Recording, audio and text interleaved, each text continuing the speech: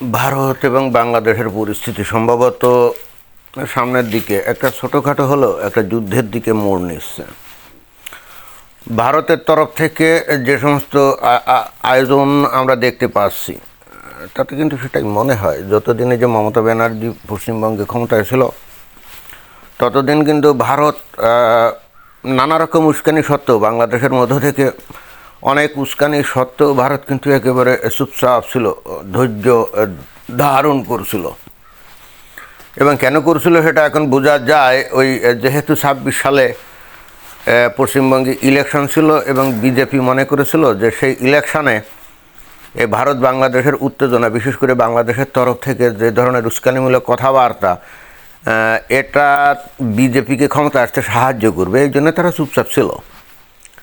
হ্যাঁ, ওই জন্যে তারা কৌশলগত কারণে চুপচাপ ছিল। কিন্তু যখন ইলেকশন হয়ে গেল, বিজেপি ক্ষমতায় চলে আসলো, তখন বাংলাদেশের সেই সমস্ত উস্কানির জবাব কিছুটা হলেও তো ভারতকে দেওয়া উচিত। যদি সেটা না করে তাহলে তো লোকজন মনে করবে যে ভারত একেবারে কাপুরুষ, তাই না? ঢাল নেই, তরোয়াল নেই, নিধিরাম সর্দার।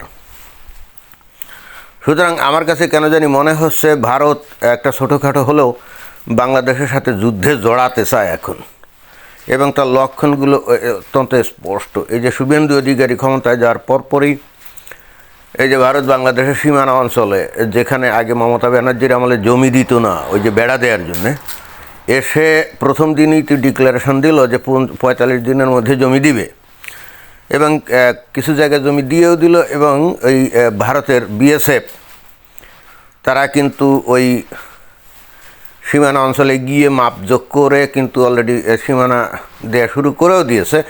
এবং যখন এটা করা শুরু করছে তখনই কিন্তু ভারতের বলছি বাংলাদেশের যে বিজিবি, তাদের সাথে কিন্তু বিভিন্ন জায়গায় কথা কাটাকাটি হচ্ছে, এবং সিলেটের গোয়াইনঘাট না কোন অঞ্চলে জানি গুলিগোল্লাও হয়েছে। তার মানে এই যে একটা উত্তেজনা, এই উত্তেজনাটা কিন্তু ভারতের দরকার। এবং একই সঙ্গে আর একটা ইন্টারেস্টিং বিষয়, ওই যে শিলিগুড়ি করিডোর, যেটা এতদিন রাজ্য সরকারের হাতে নিয়ন্ত্রণও থাকতো, বিজেপি সরকার এই পশ্চিমবঙ্গে তারা কিন্তু এই নিয়ন্ত্রণটা কেন্দ্রীয় সরকারের কাছে দিয়ে দিয়েছে। এবং যেটা শোনা যাচ্ছে, ওই শিলিগুড়ি করিডোরের চতুর্দিকে ভারত বিপুল সৈন্য সমাবেশ ঘটাচ্ছে, সামরিক ডেপ্লয়মেন্ট সেখানে হচ্ছে। তো এগুলো কিসের জন্য হচ্ছে? চায়নার সাথে যুদ্ধ হবে এই জন্যে? জি না, এটা হলো অত্যন্ত ভুল ধারণা। চায়না খুব ভালো করেই জানে ভারতের সাথে যুদ্ধ করতে গেলে ওই ১৯৬২ সালের মতো ওই কেন্দ্রে ওই নেহেরুর মতো ধ্বজভঙ্গ সরকার নাই।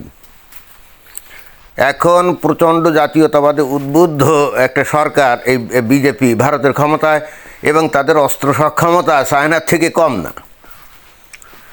চায়নার যে পারমাণবিক অস্ত্র যেগুলো আছে, ভারতের ওই একই কিসিমের পারমাণবিক অস্ত্র আছে। চায়নার যে ধরনের মিসাইল আছে, ভারতের ওই একই জিনিসগুলো আছে। অর্থনৈতিকভাবে চায়না হয়তো অনেক এগিয়ে থাকতে পারে, কিন্তু সামরিক শক্তির ভারসাম্যে ভারত যে খুব একটা পিছিয়ে আছে তা কিন্তু না। চায়না সেটা খুব ভালো করেই জানে। অর্থাৎ চায়না এসে কোনোভাবেই ভারতের সাথে গণ্ডগোল গ্যাঞ্জাম পাকাতে যাবে না। তাহলে ভারত কেন বাংলাদেশের সাথে একটা ছোটোখাটো হলেও যুদ্ধে জড়াতে চাচ্ছে?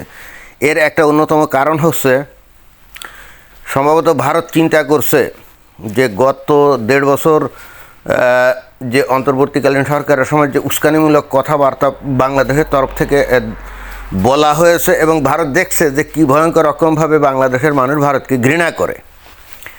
এবং তার থেকে বড় কথা হলো, এতদিন ধরে এই বাংলাদেশের রাজনীতিবিদরা বা বিভিন্ন লোকজন প্রচার করা শুরু করছিল যে শেখ হাসিনা নাকি বাংলাদেশকে ভারতের কাছে বিক্রি করে দিয়েছে, এবং ভারত নাকি একটা উপনিবেশ, ওই বাংলাদেশ ভারতের একটা উপনিবেশ, এটাই।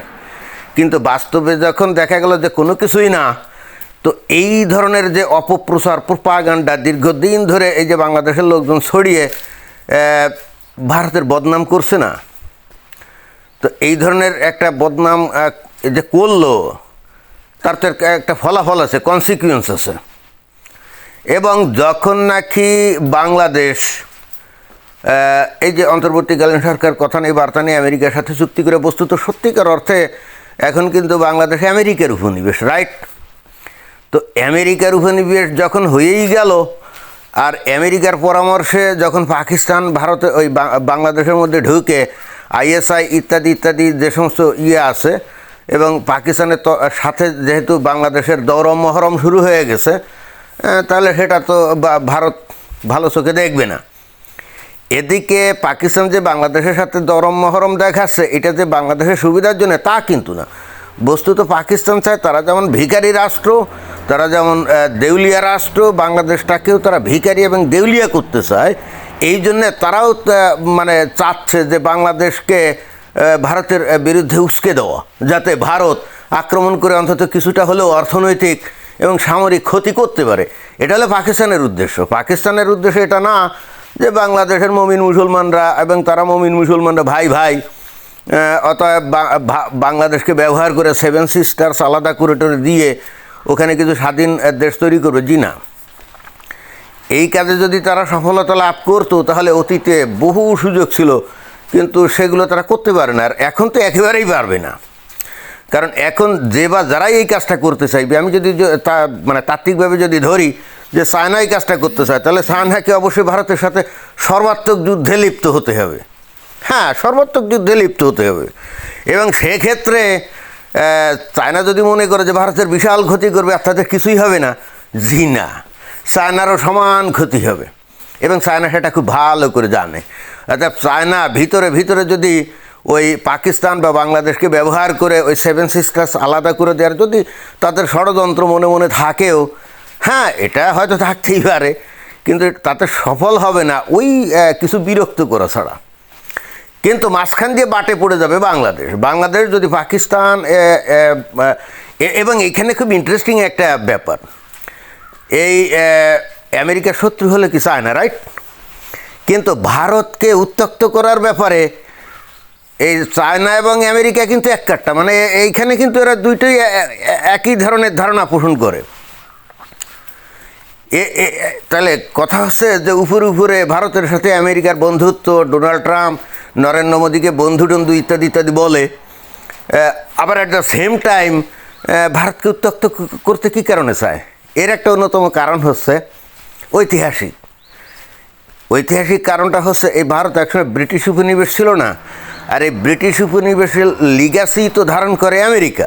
অর্থাৎ এখন আমেরিকা সেই সাম্রাজ্যবাদী কাজকর্ম সারা পৃথিবী জুড়ে করে বেড়ায়, তাই না?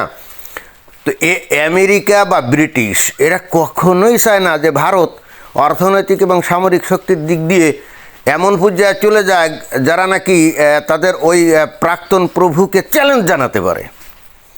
এইটা কিন্তু এরা চায় না, যে কারণে এরা অর্থনৈতিকভাবে কিছুটা ভারতের সাথে যোগাযোগ রাখলেও বা ব্যবসা বাণিজ্য করলেও আবার অ্যাট দ্য সেম টাইম এরকম চায় না যে ভারত একটা অর্থনৈতিক বা সামরিক পরাশক্তি হয়ে উঠুক। অর্থাৎ ওই কাজটা যাতে না হয় এই জন্য ভারতকে উত্তক্ত রাখে, যাতে করে এদিক ওদিক ব্যস্ত রেখে তাদের অর্থনৈতিক উন্নতি কাঙ্ক্ষিত মাত্রায় না যায়, সামরিক শক্তির উন্নতি কাঙ্ক্ষিত মাত্রায় না যায়। ওই জন্যই বস্তুত আমেরিকা এই ভারতকে উত্তক্ত করে। এখন ভারতের নেতারা কি এটা জানে না? জানে। মাঝখান দিয়ে যে ঘটনা হচ্ছে, এই আমেরিকা তারপরে চায়না অথবা পাকিস্তানের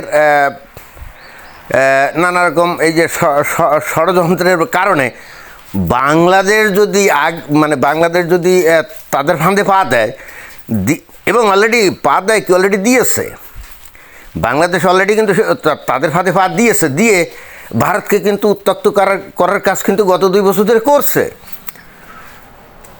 এখন ইলেকশনের জন্যে ভারত চুপচাপ ছিল, ইলেকশন যখন শেষ হয়ে গেছে তখন ভারত হয়তো সিদ্ধান্ত নিয়েছে এইবার বাংলাদেশকে একটু শিক্ষা না দিলে এত বেড়ে যাচ্ছে। আমার কাছে বিষয়টা এরকম মনে হচ্ছে। অর্থাৎ বাংলাদেশকে একটা হালকা টাইপের শিক্ষা না দিলে হচ্ছে না, যদি না দেয় তাহলে বাংলাদেশ হয়তো আরও বেড়ে যেতে পারে। কারণ বাংলাদেশ তো এখন নিজে থেকে সিদ্ধান্ত নেয় না, এদের সিদ্ধান্ত তো আসে আমেরিকা থেকে, চায়না থেকে, পাকিস্তান থেকে, তাই না? অর্থাৎ নিজেরা যদি চিন্তাভাবনা করে নিজেদের মঙ্গল চিন্তা করে ভারতের সাথে গণ্ডগোল গ্যাঞ্জাম বাদ দিয়ে যদি শান্তিপূর্ণ সহাবস্থানের মধ্যে থাকতো তাহলে হয়তো কোনো সমস্যা হতো না। বাট বাংলাদেশের যে কর্মকাণ্ড, এই কর্মকাণ্ডের সিদ্ধান্তগুলো তো বাংলাদেশের সরকার নেওয়ার ক্ষমতা রাখে না।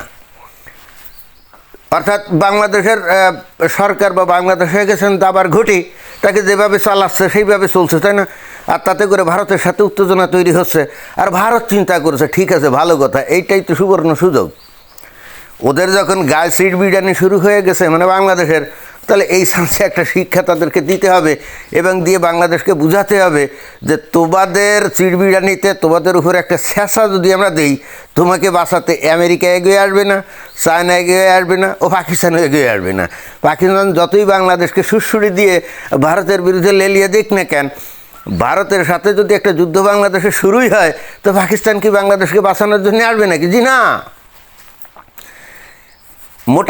মোটেও তো আসবে না। এখন বাংলাদেশের সরকার কি সেটা বোঝে? আমি জানি না বোঝে কি না, কিন্তু যেহেতু তারা নিজেরাও ডিসিশন নিতে পারে না, মানে বাংলাদেশের ভাগ্য কিন্তু নির্ধারিত, সামনে কিন্তু একটা যুদ্ধ হবে, হয়তো বিশাল আকারে নাও হতে পারে, কিন্তু খাটো আকারে যে হবে এতে কিন্তু অন্তত আমার কাছে যেটা মনে হচ্ছে, কারণ বাংলাদেশ অলরেডি যে ধরনের আচরণ করে ফেলছে অলরেডি গত 2 বছর ধরে, এতেই কিন্তু বহুবার এই যুদ্ধ পরিস্থিতি তৈরি হয়েছিল অতীতে, কিন্তু ভারত ধৈর্য ধারণ করেছিল শুধুমাত্র পশ্চিমবঙ্গে ইলেকশনের কারণে। তো এখন যখন election is gone, election is done, এখন তো বাংলাদেশকে হালকা টাইপের সাইজ করার সিদ্ধান্ত তারা নিতেই পারে, তাই না? এখন বাংলাদেশ সরকার যদি বুদ্ধিমত্তার সাথে বিষয়টাকে এড়াতে পারে, সেটা তাদের দক্ষতা। এখন কতটা এড়াতে পারবে সেটাই হলো দেখার এবং প্রশ্ন। ধন্যবাদ।